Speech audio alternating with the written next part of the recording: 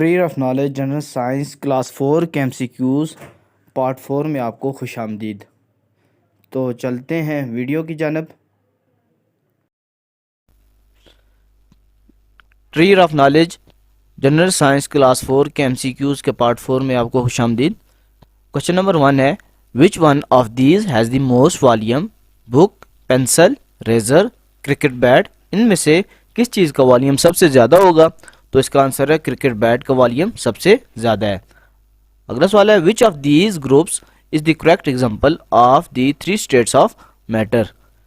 मादे की 3 हालतों में से तो इनमें से कौन सा ग्रुप है जो बिल्कुल ठीक है? Snow, rain, cloud, dew, rain, water vapours, snow, cloud, steam, rain, water drops, cloud.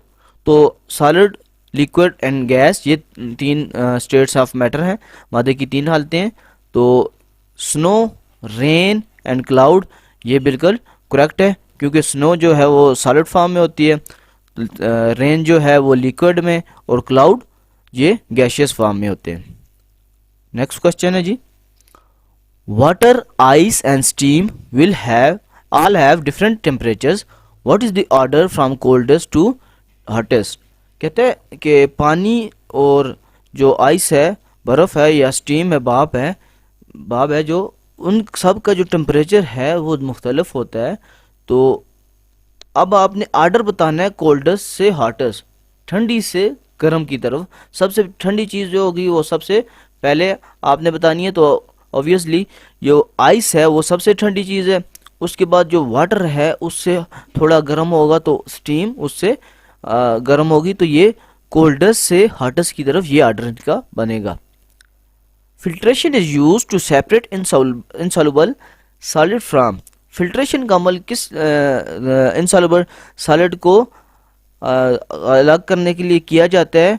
तो किससे हम इनसॉल्युबल सॉलिड को, वो सॉलिड पार्टिकल जो सॉल्व नहीं होते, तो किसके अंदर?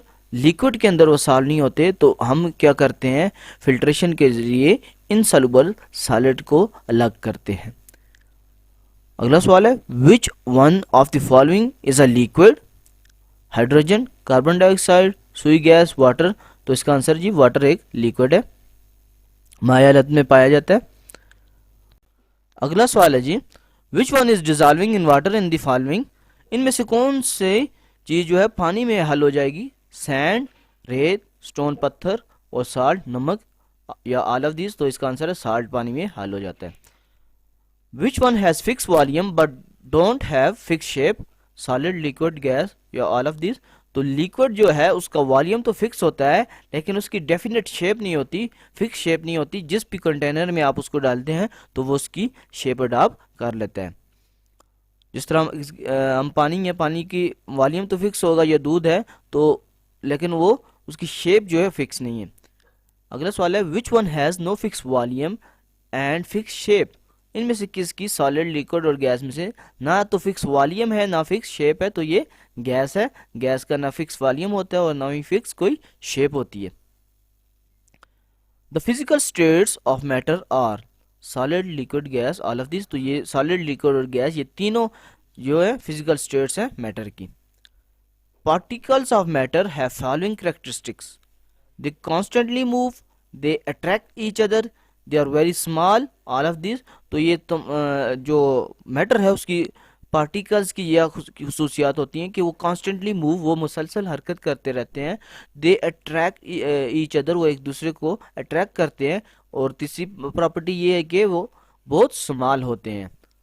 चलते हैं अगले क्वेश्चन की जानब।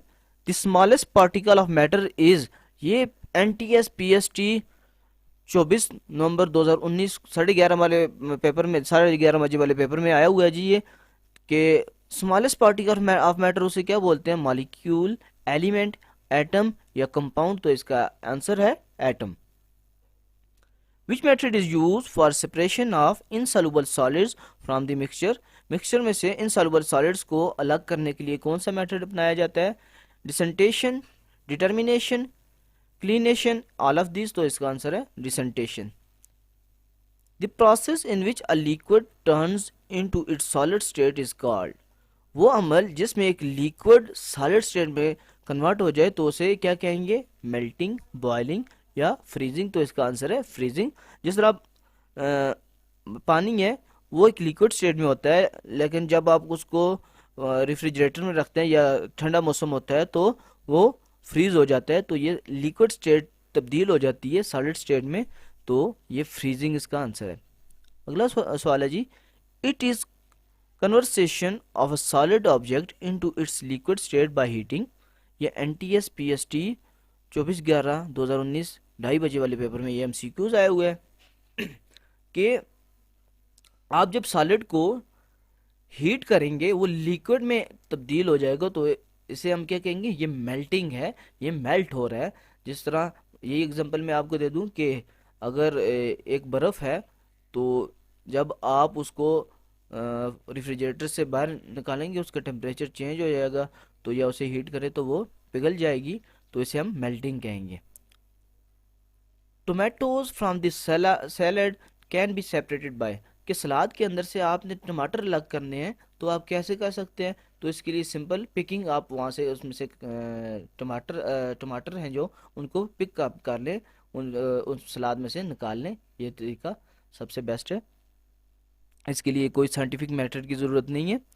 तो अगला क्वेश्चन है जी,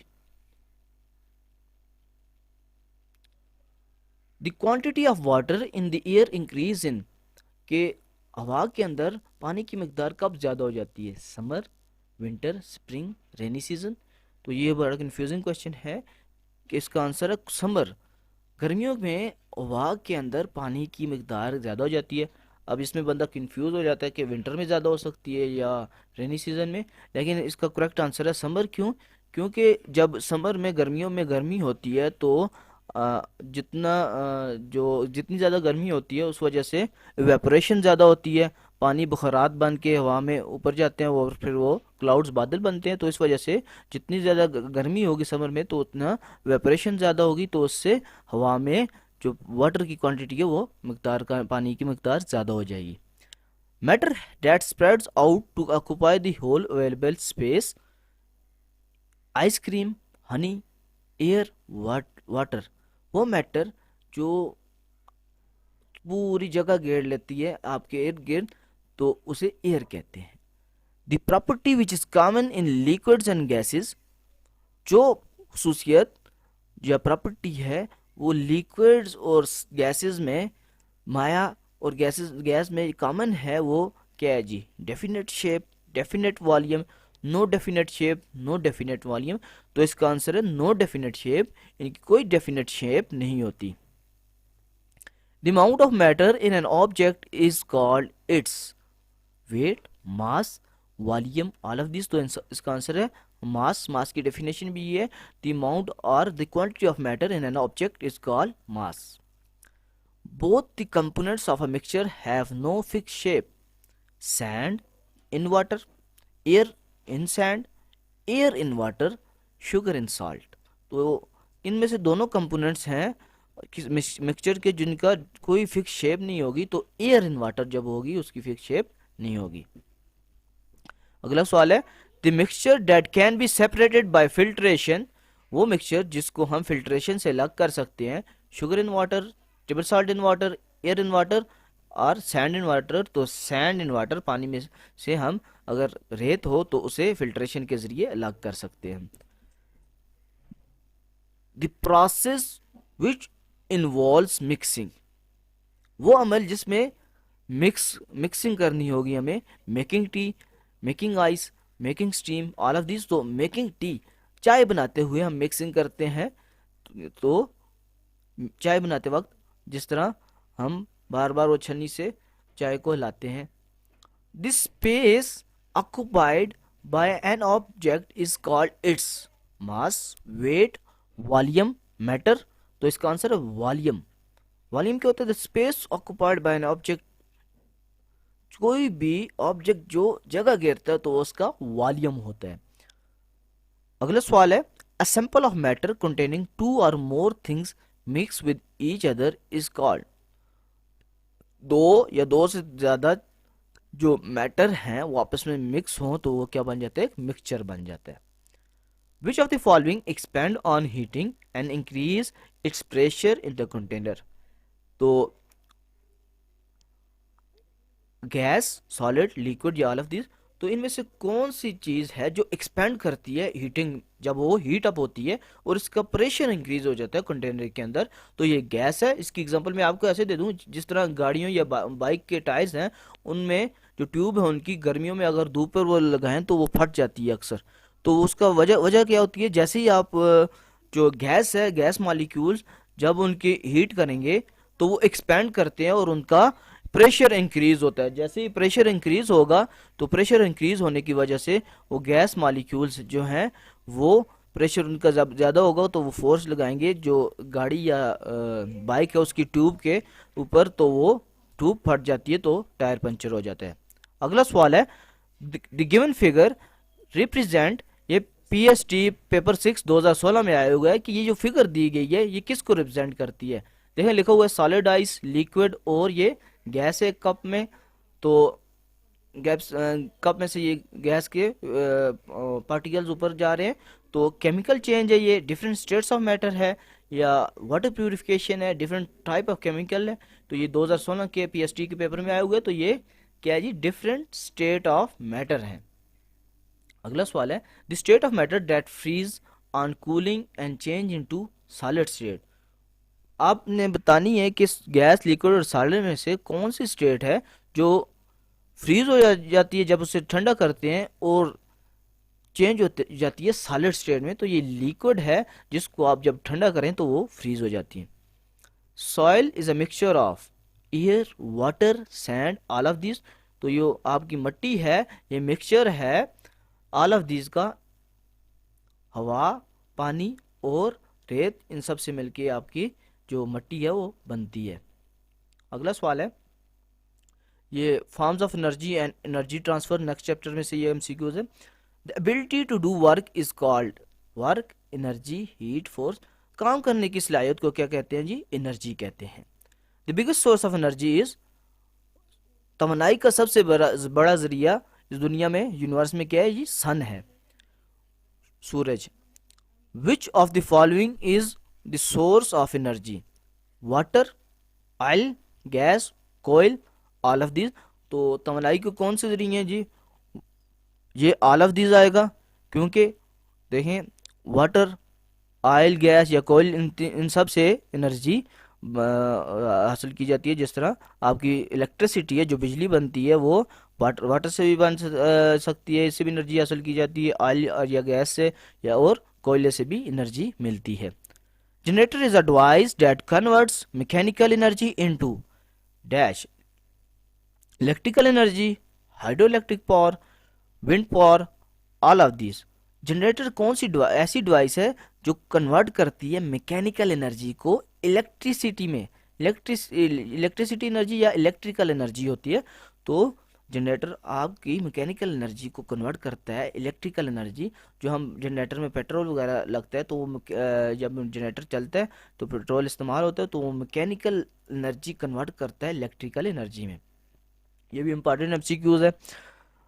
the electricity generated by conversion of kinetic energy of water is called, जो पानी से बिजली बनाई जाती है उसे हम क्या कहेंगे, electricity energy, hydro electric power, wind power, all of this. तो ये हाइड्रो इलेक्ट्रिक पावर होगा। हाइड्रो का लफ्ज जिधर भी है उसका मतलब है water. The use of wind energy as a source for generating electrical energy is called, wind को हम जब इस्तेमाल करते हैं, विंड टर्बाइन के जरिए जब एनर्जी बनती है इलेक्ट्रिसिटी के फॉर्म में, तो उसे हम क्या कहेंगे, electricity energy, hydro electric power, wind power, all of this. तो इसका आंसर है wind power. Generating electricity by means of heat produced by burning of fossil fuels like कोयल, gas is called thermal power, कि आप जब बिजली पैदा करते हैं फॉसल फ्यूल से, जैसे कोयला, गैस वगैरह से, तो इसे थर्मल पावर कहते हैं। Generating electricity by means of solar energy is called solar power, जैसे सोलर पैनल है वो उससे जो बिजली पैदा की जाती है तो उसे सोलर एनर्जी या सोलर पावर कहते हैं। Light is a form of energy, ये इंपॉर्टेंट एमसीक्यूज है। Prism is a dash dimensional transparent object which divides light into different colour. Prism कितने डायमेंशन, ये एक ट्रांसपेरेंट ऑब्जेक्ट है जो तकसीम कर देता है या डिवाइड कर देता है लाइट को मुख्तलिफ कलर में, तो ये 3 डायमेंशन ऑब्जेक्ट है ये prism. How many colours in sunlight, important MCQ है कि सनलाइट सूरज की रोशनी में कितने कलर होते हैं, 3, 5, 7, 9। तो जो सनलाइट है उसके 7 रंग होते हैं, 7 कलर होते हैं। वो हमें नज़र कब आते हैं, देखें जब बारिश हो उसके बाद जो रेनबो बनती है तो उस रेनबो में हमें वो 7 कलर नज़र आते हैं।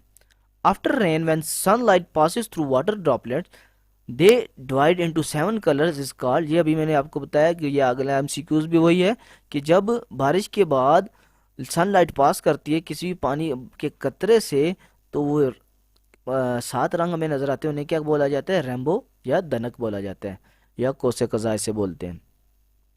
वाइब्रेशन प्रोड्यूस, ये NTS PST 24/11/2019 11:30 वाले पेपर में आया हुआ है कि वाइब्रेशन प्रोड्यूस, जो वाइब्रेशन है वो क्या चीज़ पैदा करती है, लाइट, साउंड, हीट, स्पीड। तो वाइब्रेशन जो है वो हमेशा साउंड प्रोड्यूस करेंगी। The pleasant effect of a sound is called music. Pleasant effect खुशगवार जो असर होगा किसका, साउंड का, वो क्या होगा, music.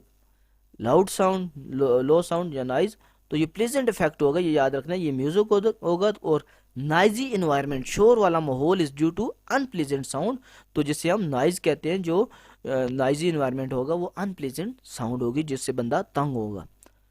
Sound cannot travel through, ये भी इंपॉर्टेंट एमसीक्यूज है, ये पीएसटी पास्ट पेपर में कितना आया हुआ है कि साउंड कहाँ से ट्रेवल नहीं कर सकती, कहाँ से आवाज़ गुजर नहीं सकती, लिक्विड, वैक्यूम, साउंड, गैसेस। तो ये वैक्यूम के अंदर से साउंड गैस, ये साउंड सॉरी नहीं गुजर सकती।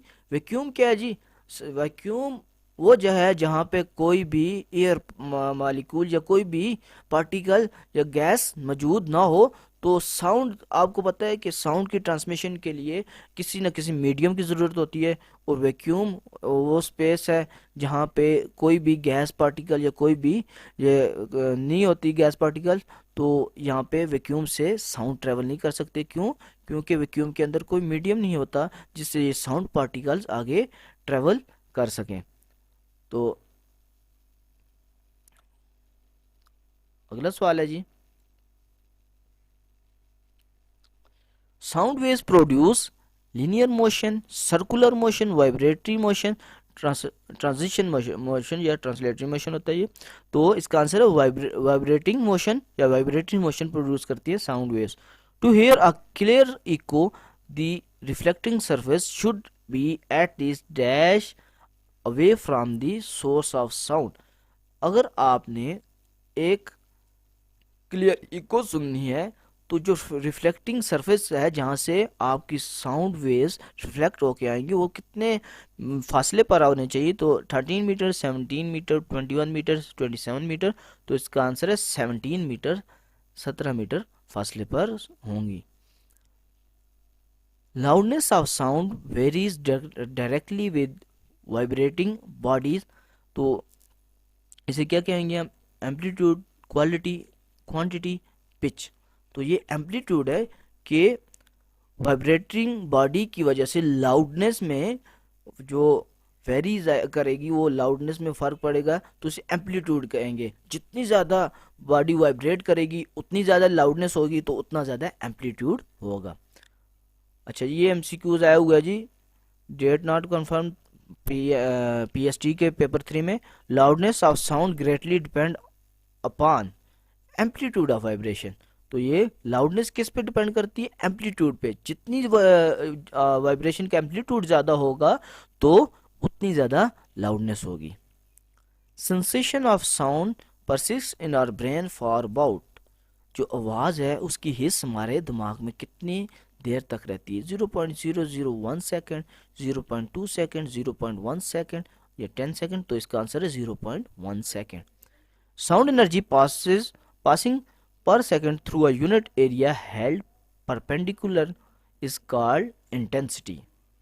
साउंड जो वेव्स हैं वो कि अगर पास कर रही हैं पर सेकंड किसी भी यूनिट एरिया से, तो परपेंडिकुलर तो उसे हम इंटेंसिटी कहते हैं। इंटेंसिटी क्या होगी कि शिद्दत कितनी है किसी भी साउंड की, तो वो साउंड वेव्स पासिंग किसी भी एरिया से जो साउंड वेव्स गुजर रही हैं परपेंडिकुलर वो परपेंडिकुलरली और किसी भी यूनिट एरिया से पर सेकंड के अंदर कितनी साउंड वेव्स गुजर रही हैं वो उसकी इंटेंसिटी होगी। अगर आप हमारे यूट्यूब चैनल पर नए हैं तो हमारे यूट्यूब चैनल को सब्सक्राइब कर लें। ये ट्री ऑफ नॉलेज के जनरल साइज के एमसीक्यूज़ हम बना रहे हैं जी।